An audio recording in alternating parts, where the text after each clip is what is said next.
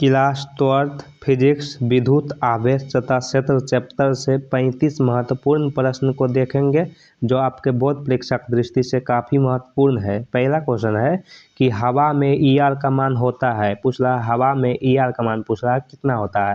तो ER को क्या पढ़ते हैं, परावैद्युतांक। तो हवा का जो परावैद्युतांक होता है वो होता है 1, कितना होता है 1 होता है।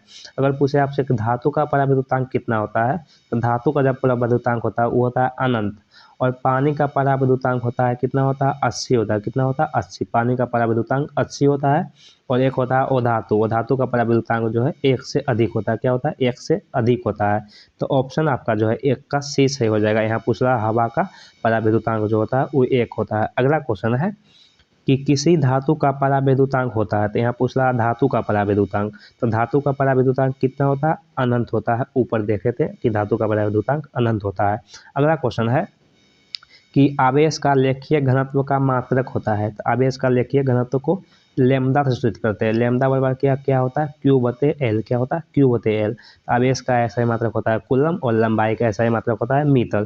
तो कूलम/मीटर आवेश का लेखीय घनत्व का मात्रक होता है। अगला क्वेश्चन है कि संबंध Q बराबर NE में n का मान संभव नहीं है। बोला इन चारों में से n का मान कौन नहीं हो सकता है। तो आवेश जो होता है वो दशमलव और भिन्न में नहीं होता है, क्या होता है दशमलव और भिन्न में नहीं होता है। तो ऑप्शन C में देखिए 4.2 क्या है दशमलव में है, यह आवेश संभव नहीं हो सकता है। अगला क्वेश्चन है कि पानी का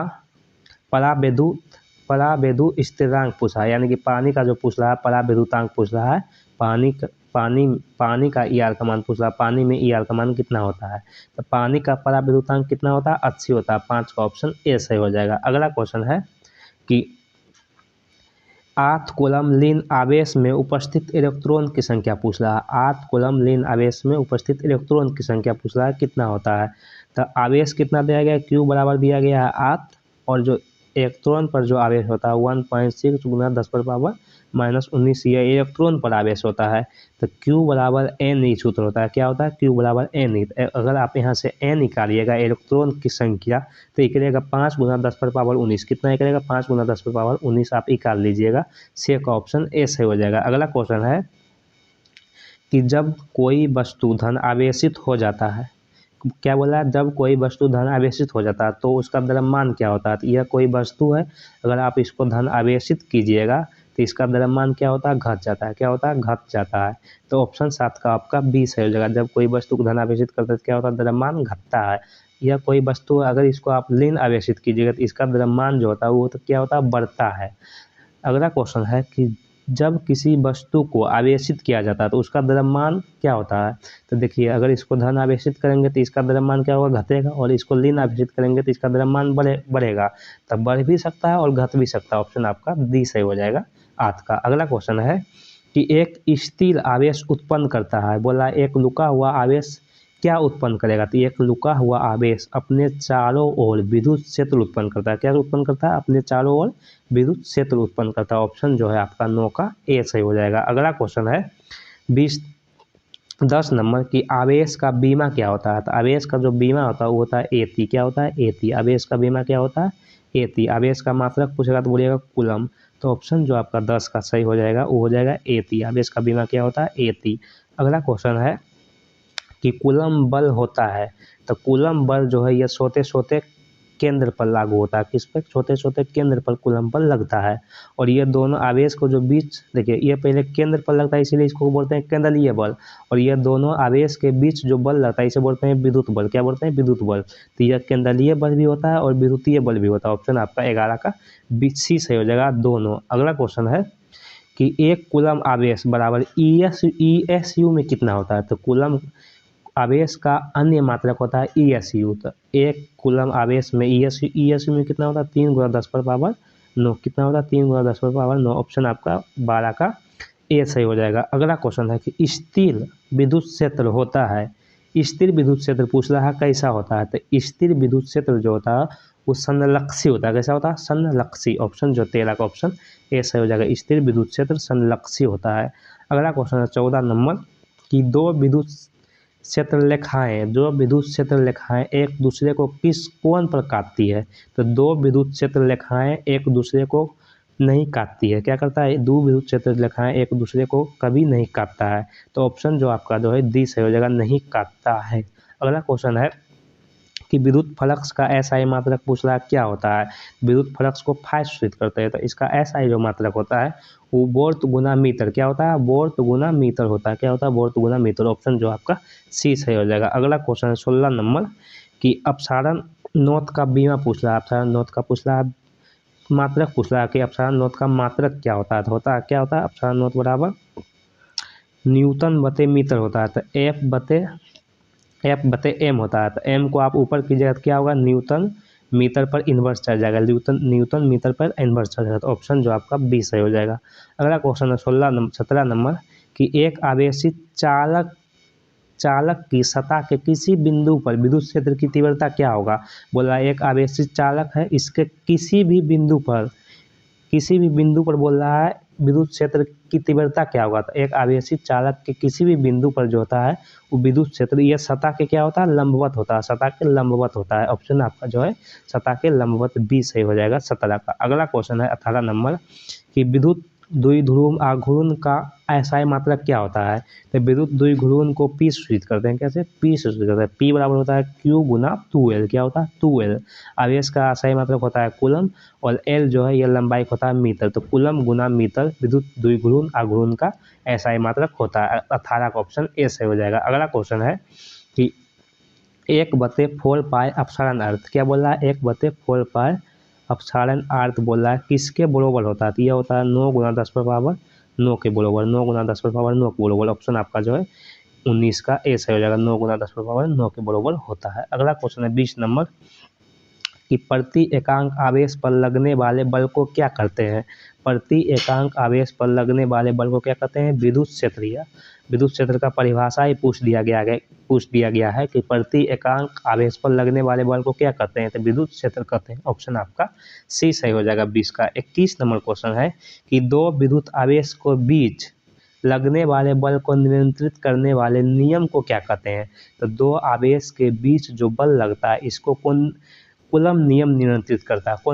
कूलम नियम इसको नियंत्रित करता है। ऑप्शन जो है आपका 21 का डी सही हो जाएगा। अगला क्वेश्चन है कि आवेश का पृष्ठीय घनत्व का मात्रक बोल रहा है। तो ये आवेश का पृष्ठीय घनत्व को किससे सूचित करते हैं, सिग्मा से। और सिग्मा बराबर क्या होता है, सिग्मा बराबर होता है कुल आवेश बटे कुल क्षेत्रफल।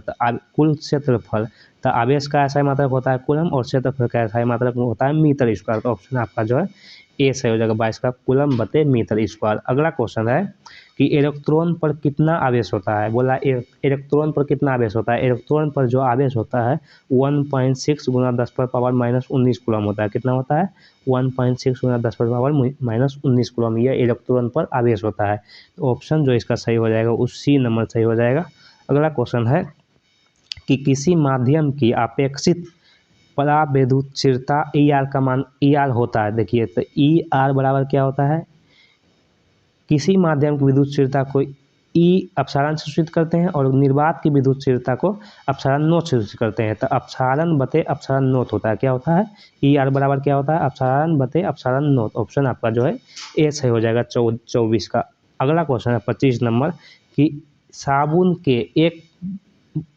के एक बुलबुले को आवेशित किया जाता है, उसका त्रिज्या क्या होगा। देखिए यह कोई साबुन का बुलबुला है, इसको क्या करते हैं, आवेशित करते हैं। इसका जो त्रिज्या होता है वो होता है बढ़ जाता है। क्या होता है, बढ़ता है। ऑप्शन जो 25 का ए सही हो जाएगा, त्रिज्या क्या होता है, बढ़ता है। 26 नंबर क्वेश्चन है कि निम्नलिखित में से किस राशि का मात्रक वोल्ट बटे मीटर है। बोला किसका मात्रक वोल्ट बटे मीटर होता है। तो वोल्ट बटे मीटर किसका मात्रक होता है, विद्युत क्षेत्र का। किसका होता है, विद्युत क्षेत्र का मात्रक होता है वोल्ट बटे मीटर। ऑप्शन जो आपका 26 का डी सही हो जाएगा, विद्युत क्षेत्र का मात्रक होता है वोल्ट बटे मीटर। 27 नंबर क्वेश्चन है कि किसी वस्तु का परावैद्युतांक स्थिरांक हमेशा होता है। तो देखिए परावैद्युतांक जो होता है वो 1 से अधिक होता है हमेशा। जो है परावैद्युतांक जो होता है वो 1 से अधिक होता है, 1 से कम परावैद्युतांक जो है नहीं होता है। तो देखिए 0 जो है 1 से कम है, 0.5 यह भी 1 से कम है, 1 से कम है। और देखिए यह 1 दिया गया है, तो यहाँ हो जाएगा ऑप्शन आपका जो है परावैद्युतांक 1 से अधिक होता है। तो ऑप्शन जो आपका सही हो जाएगा सी सही हो जाएगा। यहाँ 1 से अधिक है, यह जो है 0.2 है। क्या है, यहाँ 0.2 दिया गया है डी में। डी में सी नंबर सही हो जाएगा, एक से अधिक। पराविद्युतांक किसी वस्तु का एक से अधिक होता है। अगला क्वेश्चन है 28 नंबर की आवेश का पृष्ठीय घनत्व बराबर होता है। तो आवेश का पृष्ठीय घनत्व को किस सूचित करते हैं? सिग्मा से। सिग्मा बराबर क्या होता है? कुल आवेश बटे कुल क्षेत्रफल। क्या होता है? कुल आवेश बटे कुल क्षेत्रफल। ऑप्शन आपका बी सही हो जाएगा 28 का, कुल आवेश बटे कुल क्षेत्रफल। अगला क्वेश्चन है 29 नंबर की एक एकांक चालक के लिए निम्नलिखित में से कौन सा अनुपात अचल रहता है? यह क्या है? कोई एकांक चालक है, इसमें किसका मान बोला नहीं बदलता, यानी कि अचल रहता है। किसका अनुपात? तो कुल आवेश बटे विभव का जो अनुपात होता है यह कभी नहीं बदलता, यह अचल रहता है। ऑप्शन आपका 29 का ए सही हो जाएगा। अगला क्वेश्चन है 30 नंबर कि किसी आवेशित खोखले गोलेकार चालक के भीतर विद्युत क्षेत्र की तीव्रता पूछ रहा है। यह कोई आवेशित खोखला गोला है, इस चालक के अंदर पूछ रहा है कि विद्युत क्षेत्र का तीव्रता क्या होगा। तो कोई भी खोखला गोला के चालक के अंदर जो होता है वो विद्युत क्षेत्र की तीव्रता शून्य होता है। क्या होता है? जीरो। ऑप्शन आपका सी सही हो जाएगा। 31 नंबर क्वेश्चन है कि इनमें से कौन विद्युत क्षेत्र की तीव्रता का मात्रक है?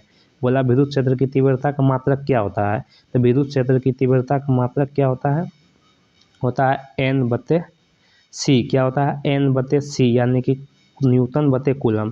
तो यहाँ से आप एन को ऊपर कर दीजिएगा तो इस पर इन्वर्स चलेगा, यानी कि Newton coulomb per inverse. Option आपका डी सही हो जाएगा। 32 नंबर क्वेश्चन है निम्नलिखित में से किसका अस्तित्व नहीं है? बोला कौन इन सब में से कौन आवेश नहीं हो सकता है? तो जब इसको Q बराबर एन ई पर हल कीजिएगा, Q बराबर एन ई पर हल कीजिएगा तो यह जो है पूर्ण रूप से नहीं कटेगा, यह दशमलव में इसका मान आता है, यह जो है संभव नहीं है। अगला क्वेश्चन है 33 नंबर कि एक फेरारे बराबर होता है। देखिए फेरारे क्या है? आवेश का सबसे बड़ा मात्रक है, और एक फेरारे बराबर कितना होता है? 96,500 कूलम। कितना होता है? 96,500 कूलम। ऑप्शन जो है आपका 33 का बी सही हो जाएगा। अगला क्वेश्चन है 34 नंबर कि किसी विद्युत लोधी माध्यम का पराविद्युतांक हो सकता है। देखिए विद्युत लोधी किसे कहते हैं? ओ धातु को। क्या कहते हैं? ओ धातु को। तो ओ धातु का पराविद्युतांक कितना होता है?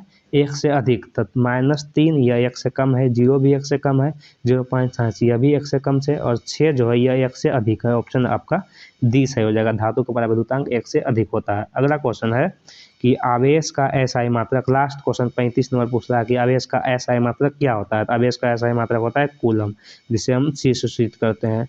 यही 35 क्वेश्चन आपके लिए महत्वपूर्ण था। मिलते हैं अगले वीडियो में, तब तक के लिए आप अपना ख्याल रखिए।